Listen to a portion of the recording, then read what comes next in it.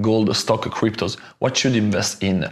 Which type of investment you should use to have the most gains with the less risk? Let's see that together. In the past, there weren't that many possibilities to invest. Those that could were buying just gold, diamonds and other precious materials. On the other hand, today we have so many opportunities that it is very difficult and sometimes even confusing to choose which one to use. And because of that, a lot of people decide to not invest. They are discouraged by all these options. And because of that, my objective in this video is that you are not going to do the same. So let's clarify now which are the 7 most common types of investment. Firstly, let's talk about stocks. It is for sure the most common type of investment and you've surely heard of it. Stocks represent part of the ownership of a company. So if you buy one stock from Apple, you're gonna be owner of a small percentage of Apple. Okay, so now that you own a little part of Apple, how do you earn from it? There are 2 main ways. Firstly, you can earn according to the growth of the company. What does it mean? For example, if you had bought Apple in January 2019, for one stock you would have paid $37. Over the following 4 years, the company has grown thanks to the good financial results they had, and right now you could sell the same stock you bought for more than $140. This means the value of this stock over these years has more than tripled. Selling this stock, you would be able to get back your $37 plus $103 of profit generated by the growth of the company. This type of investment is the favorite one of great investors like Warren Buffett and Ray Dalio, which have made billions out of it. The yearly average return of this type of investment is of about 10%, but it can really depend on the type of stock you have bought. The second type of profit that you can make is through dividends. In fact, since you are now owner of a part of a company, you are also entitled to a part of its earnings, according to the percentage that you have.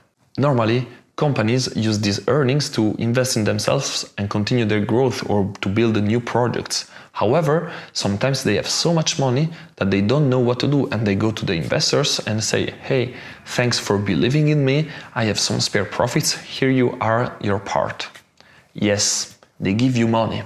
All of this means that you do not need to sell your investment to have some profit, and a lot of companies allow to do that. The dividend paid is related to the percentage of ownership that you have, and it can vary from company to company. In general, it is of about 2.5%, and this means that if you have Apple at $140, you will receive $3.5. Not bad for not doing anything. The profits are clearly lower than in the previous case. However, you do not need to sell the stock, and this way you can both take advantage of the growth strategy and the dividend strategy. And this is the great advantage of dividends. Gold, oil, coffee beans, these are all types of commodities in which you can invest. And no, fortunately, you do not need to have 1 ton of coffee beans at home to invest in it. Hopefully, you can do everything online. The price of commodities depend on many factors like the availability of oil or the good weather that it is forecasted for the next season, or also a new government contract. So the objective of this type of investment, it is to understand which are these factors and to predict how they are going to impact the price of the commodities. Simple to explain, very difficult to execute. I believe that to perform well with this type of investment, you have to become an expert of the sector. Moreover, it is very difficult to say which are the average returns with this type of investments, since every commodity is different and there is a high volatility in this type of market. You go to Japan and you convert your euros or dollars into yens. I'm sure that you've noticed that there is a conversion rate, for example, $1 to 144 yens. This is what Forex is, exchanging currencies. In this market you can find any type of currency, like Thai baht, pounds and pesos. It is a very complex market, because all currencies are connected to each other, and this generates a high volatility. And similarly to commodities, news play a major role. Any news from the central bank or any news regarding the results of a national economy are used to anticipate the price fluctuations. On the one hand, these price fluctuations can be seen as opportunities that can provide a lot of money, but they can also generate great losses. Moreover, it requires to do day trading to be able to react to this type of fluctuations. Returns with Forex are of about 1 to 10% per month, which is enormous. However, the time demanded and the higher risk of this type of investment make me advise it only for experts. Bonds are considered to be the safest investment existing. Why that? Because you're actually lending money to governments and big companies for a certain time.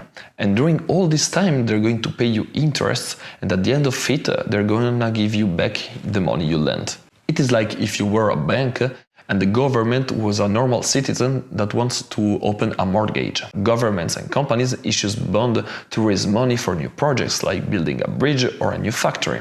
But why bonds are considered so safe? It is because for governments and companies like the United States and Apple, to not pay these interests would mean bankrupt. And I think we can all agree that the United States are not that likely to fail. In general, the return of a bond is of about 5% per year, and this is often used as the threshold to evaluate an investment. This is because it would make no sense to invest in something riskier than a bond when the return is gonna be lower than 5%. An investment fund is a large sum of money of many different persons which is used to invest collectively. Doing that, it is possible to be owner of many more investments than in a normal situation. Let's make an example. You have $1,000 to invest and you want to mitigate the risk by buying different stocks instead of only one. However, with this sum, you might be able to buy 10 or 15 stocks. On the other hand, investing in such a fund, you might be able with only $1,000 to have a share in more than 1,000 different stocks. And this only because you were investing collectively with other people. That's the great power of investment funds. And this only because you're investing collectively with other people. The objective of this collective investment is to broaden the possibilities of all these individuals, making possible to well diversify your portfolio. So okay, I put my money in an investment fund. Now, who is managing this money? Who is doing the investments? The answer is that it actually depends on the type of fund. There are many types of investment funds, but let's stay with the two most common ones: mutual funds and exchange-traded funds, also known as ETFs. The first type is managed by professional money managers, and they choose where to invest this money. Because of that, different mutual funds might have different strategies. Some might invest in green stocks, others in technology, and even others in sports, for example. However, the most common ones try to copy indexes. Wait, what are indexes? An index is a basket of stocks which are tracked under only one indicator. For example, the Standard & Poor's 500 index tracks the 500 largest companies in the United States. And thanks to that, it is possible to track one whole country or one sector under only one indicator. Coming back to the funds, it is also very important to know that since they are actively managed, they have high commissions, which do not always compensate the additional gains. Actually, most of the mutual funds underperforms indexes like the Standard & Poor's 500 or the Dow Jones 30. Hopefully, here it comes one of my favorite type of investments, ETFs. They work like mutual funds, but they are not actively managed. And because of that, you have less and less commissions. They can track indexes, currencies or other assets. Moreover, differently from mutual funds, you can easily buy them as if they were stocks. To resume, ETFs are the best opportunity in the investment funds category. This is because they can replicate indexes or other assets without having impactful commissions. Moreover, the return is very good with a yearly average of 10%. And if you want to know which are the best ETFs you can invest in right now, you can look at this video.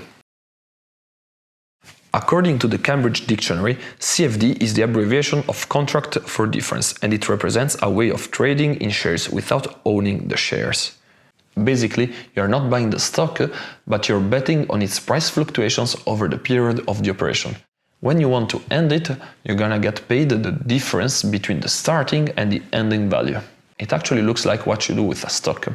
You buy it at 10, you sell it at 20, you have a profit of 10. What is the difference with CFDs? The difference is that only a small part of the money you use is actually yours. The rest comes from the broker that is lending you the money through a system called leverage. Seems cool, right? No. This is the first cause for which investors, especially new ones, lose money. Yes, exactly. This is because firstly, as you might have noticed, it is complex and only experts should use complex instruments. Secondly, brokers do not lend you money for free. You have to guarantee the money they lend you with the money you have in your account, even if you haven't used it for the operation.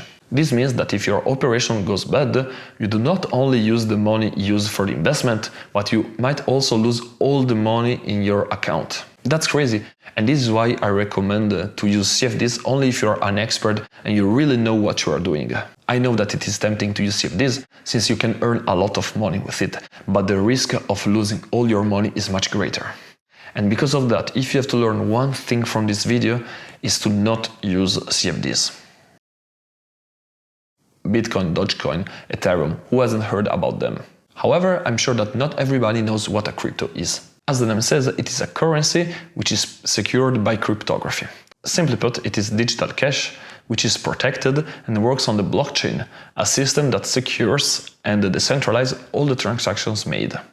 So, why should you invest in cryptocurrencies? Every cryptocurrency has its own objective. Some, like Bitcoin, are just currencies. Others, like Ethereum, are intended as technological projects, and others are just memes. There is people that believe in these technology projects. However, none of them has ever been completed. Most of the people is actually investing in cryptos because they want to make money out of this new trend. However, even though you might end up making some good amounts of money, the reality is that most of the people is losing money. I mean, look at the price trend for Bitcoin. It's a roller coaster.